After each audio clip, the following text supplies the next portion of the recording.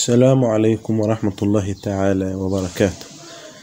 مع اني تعبان بس الفيديو ده كان فيديو مهم جدا، لان في بعض الناس بعتت لي رسائل على القناة بتسألني انت قلت ان البطة اللي بتسقط بيض، بيرجعوا لي الفيديو بكده، البطة بتسقط بيض برشت، بيرجعوا لي انه قلت نحط كالسيوم. حطوا كالسيوم للبطة اللي بتبيض وما زالت بتسقط بيض.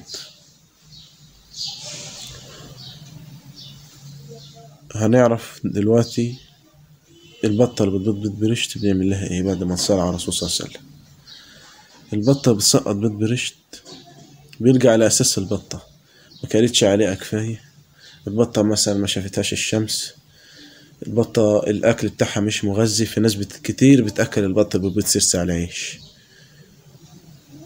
وفي ناس كتير بتأكل البط اللي بيبيض ذرة ويرجعوا يقولوا البطة قطعت. وفي ناس بتحط سرس، بس السرس ده مفيهوش غذاء. وفي ناس بتحط ردة، ماشي الردة حلو للبطة اللي بتبيض، بس المضمون حابب أعرفكم إن علاج البيض البرشت وأسبابه حاجات كتير، بس إحنا بنختصره. البطة بتسقط بيض برشت التهاب السرة عند البط. البطة بتسقط بيض برشت قلة كالسيوم عند البطة. البطة بتسقط بيض برشت تقل البيض في العنقود. طبعا في ناس هتقول لي هو في حاجة اسمها تقل البيض في العنقود عشان البطة تسقط؟ طب ما أنا عندي البطة كانت بتسقط، سقطت 5 بيضات برشت وبضت ما شاء الله 20 بيضة، ورقدت على 20 طلعت منهم 16، عادي جدا وارد. تمام. البطة بتسقط بيض ده يرجع للذكر برضو، مثلا حاطين بطة مع ذكر واحد، فالذكر كل شوية يكسر في البطة. حصلت قدامي، يعني الذكر عندي كان مكسر البطة مرتين ورا بعض. فبعدها لقيت البطة رايحة في مطرح ما بتبيض وقامت منزلة بيض برشت.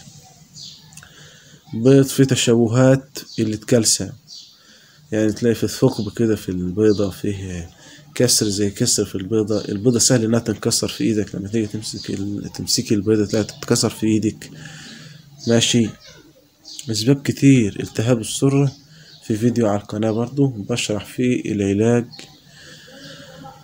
بالظبط. يعني التهاب السرة بجيب مرهم مضاد حيوي او مرهم للالتهابات، وادهن السرة مرتين كل يوم لمدة 3 أيام. هي من أول يوم إن شاء الله تتحسن. أحط الذكر مع البطة مرة واحدة في اليوم، يعني مثلا لو عندي ذكر وبطة أحط الذكر عندها مثلا كل يوم العصر، كل يوم الظهر، كل يوم الصبح، وأرجع أخد الذكر تاني المغرب أبيته، لأنه ممكن برضه يكسر البطة الصبح والعصر والظهر وبالليل،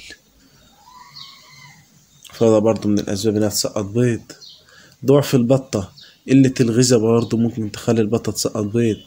البطة بتقطع بيض، وقلنا بتقطع بيض من ايه، واكيد الناس حفظت ده كله بسبب ان البطة تقطع بيض.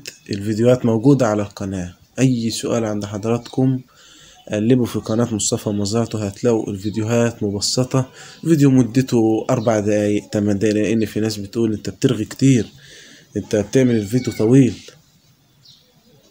10 دقايق مثلا، يقولوا ده فيديو طويل. احنا هنقعد نسمع فيديو 10 دقايق، عايزين اقل حاجة 4 دقايق 5 دقايق. فانا بعمل زي ما حضراتكم بتقولوا، هي كلها ثواني وهنقفل الفيديو. فدي الاسباب. احنا هنجيب كالسيوم وعليه ابياضة، لان عليه البياضة برضه فيها نسبة كالسيوم، ونرش جير. مفيش عليه ابياضة حط جير على الاكل بتاع البطة، واخد بالك. حط كالسيوم على المية من عند بتاع البيطري، ماشي. حط اكل يغذيها، حط ردة، حط عيش، حطي عليه بياضة، حط ذرة خلطة كده ليهم، حط عليه بياضة لوحتها تبيضلك ما شاء الله. قطع حط عليه بياضة وحط جير. حط الأكل اللي البط بيحبه حتى لو عنيقة، هتبيض على طول ما شاء الله معاك. أو في خلطة اسمها خلطة حمام برضه بتتحط للبط ما شاء الله بيقر بيض. أي حد عنده سؤال يسيبه تحت في التعليقات. والسلام عليكم ورحمة الله وبركاته.